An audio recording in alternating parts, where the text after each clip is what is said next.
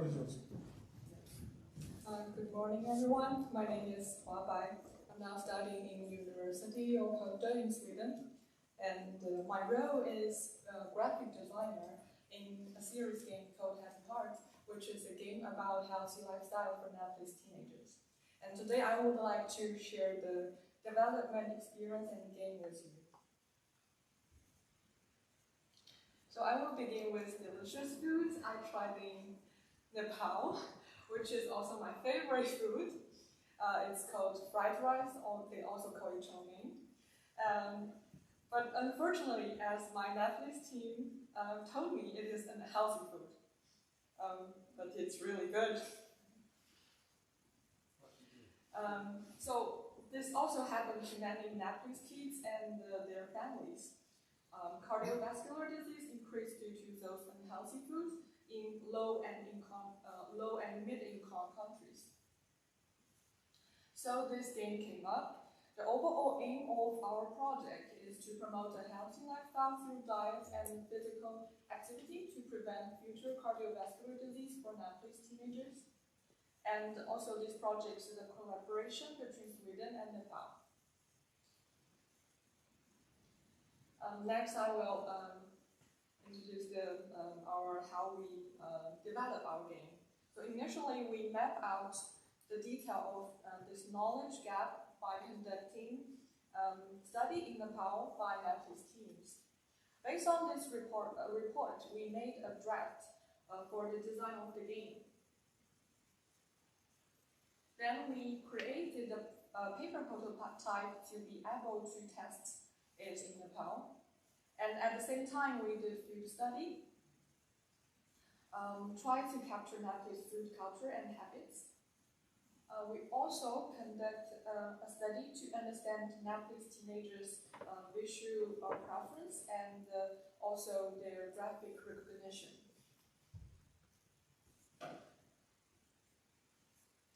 After that, we had a very clear picture of the game mechanics and game graphics.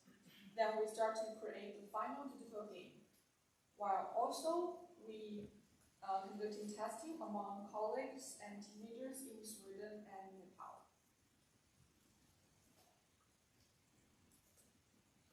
So our game presents 4 main challenges in 7 mini games. There are identify and categorizing food items based on nutrition, preparing healthy meals, and planning a healthy weekend calendar. So next I will show you some clips from our game. So this level is called food sorter. You can drag and drop food on the correct shelf, but you need to be aware that some food have no nutrition value, should be dropped into trash bins.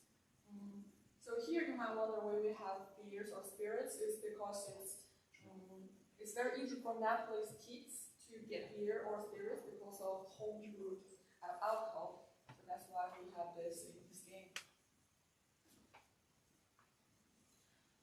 This level is called Sugar Rush. You can drag in the slide to guess the proportion of the sugar in each of the food items. And you will learn which items contain more sugar than others.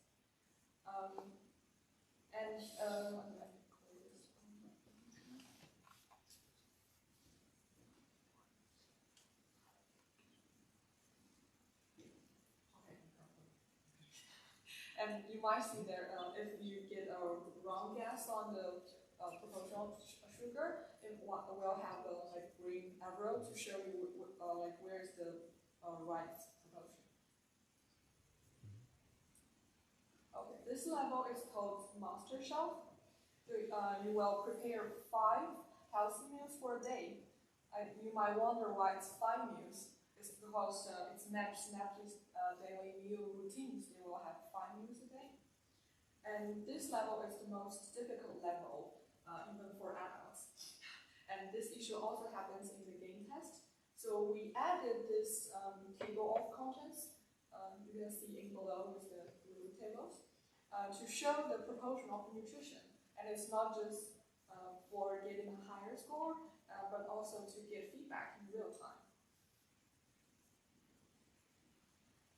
If you still have some problem to get a higher score, like me, only got 2 stars, you will see that you can check the journal on the top of the right corner, and it will tell you what a healthy plate should contain in this journal.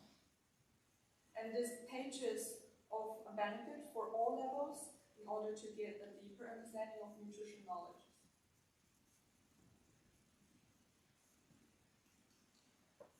This level is about to plan your physical activity for every day.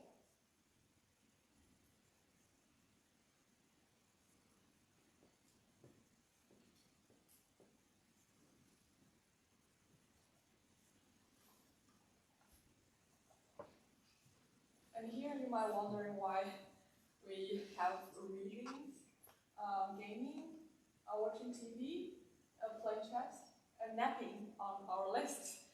It's because Nepalese students consider them as physical activities. That's why we're including this, to let them know this is not physical activities. So in conclusion, we think that it's very important to mapping the gap knowledge about target group habits to ensure that the correct approach is applied.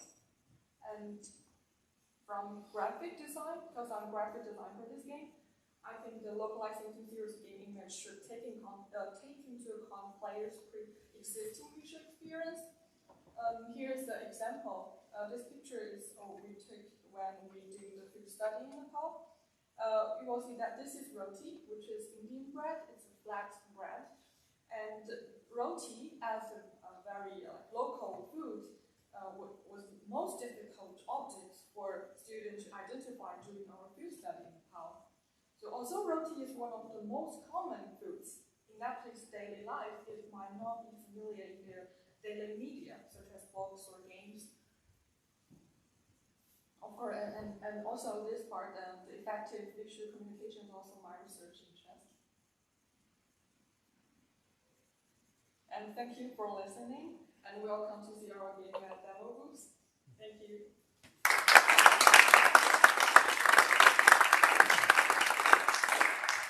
Thank you for the presentation.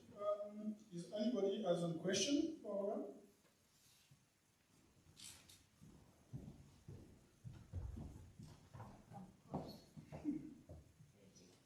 Thank you for your presentation. Your work is really, really nice. I was wondering just if you have involved any kind of nutritionist that could help in this part, because I noticed that some of the games can be quite tricky. Like if you have to define one specific food has just fat, it's very unlikely that you find like food that is 100% composition fat. And how do we define what is healthy? The person decide like I'm very sedentary and now I'm deciding to run 3 times a day, how it can be like stimulating this more gambling behavior, more addictive behavior, rather than actually healthier behavior for each situation. If the people were involved in creating a better diet with support, or just by themselves, like if they have this kind of support before designing the game or during the usage. Thank you. Yeah, thank you for the question. Actually, it's a very good point.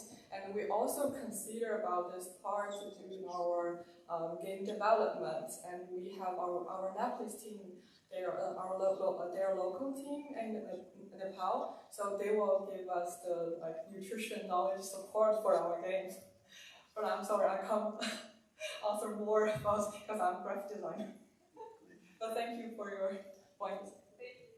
Thank you. I can just shout out. So, does the English language come as a barrier? Because it looks like a lot of the apps seem to be for a Western audience, and your target audience seems to be very low income, poor Nepali kids. Do you find that to be a challenge? Yeah, thank you for the question, and we also consider this part. So the first level of our game is let them recognize all the foods to match food with English words. So I hope that level will help them to understand. And also this game is very heavily based on graphic. So they don't need to read a lot of stuff. I hope this will help them to play it and also learn the nutrition knowledge. Thank you. Thank you for this presentation. It was very interesting, very beautiful also, very engaging. So let me give you this certificate for the presentation. A round of applause.